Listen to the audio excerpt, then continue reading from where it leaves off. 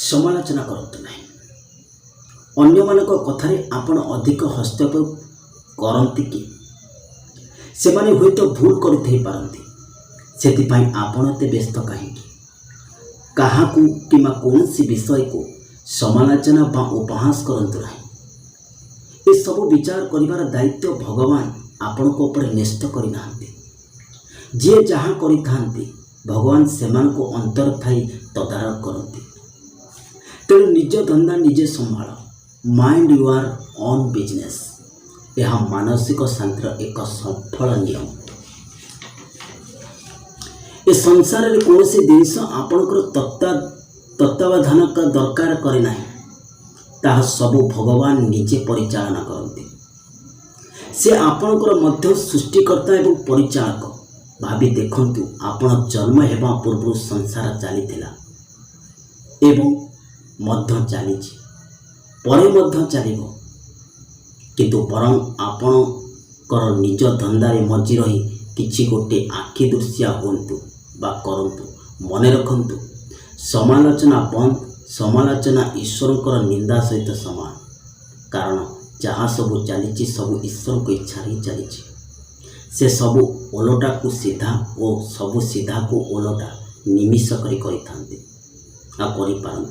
अयोध्यारे आपण एते व्यस्त कहीं चुपचाप निज शांति उपर ध्यान दिंतु। भगवान गोटे जिनिस को सबुआड़े देखते, मात्र मनीष यह गोटे पटु देखे बा विचार करे। वर्तमान जहाँ घटुची भगवान ताकू अतीत, वर्तमान, भविष्यत एवं तीन काल को नहीं विचार करते बा चलाउछन्ति। किंतु मनीष केवल वर्तमान को टिके नहीं ताहा विचार करे, तेणु ताकू सबु जिनिस अड़ुआ लगे। किंतु भगवान पूर्व परे संपद जानिथिबारु वर्तमान जहाँ घटुची ताहा उचित बोली विवेचना करा जाए।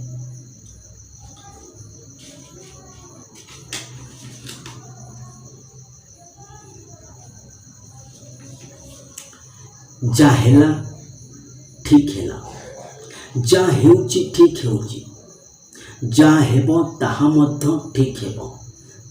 तुमर कौन गला जे तमे कांदुच, तमे कौन आनिथिलो जे तमे हजाई देल, तमे कौन सृष्टि करिथिलो जे नष्ट होई गला।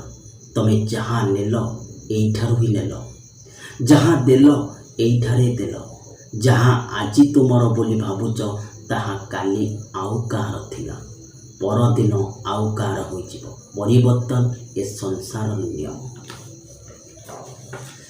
पुणी थे कहूँ, जा हेला ठीक हेला, जा हेउची ठीक हेउची, जा हेबो ताहा मध्य ठीक हेबो। तमर कौन गला जे तमे कांदुछ, तमे कौन आनिथिलो जे तमे हजाई देल, तमे कौन सृष्टि करिथिलो जे नष्ट होई गला। तमे जहाँ नेल एइठारु नेल, जहाँ देल एइठारे देल।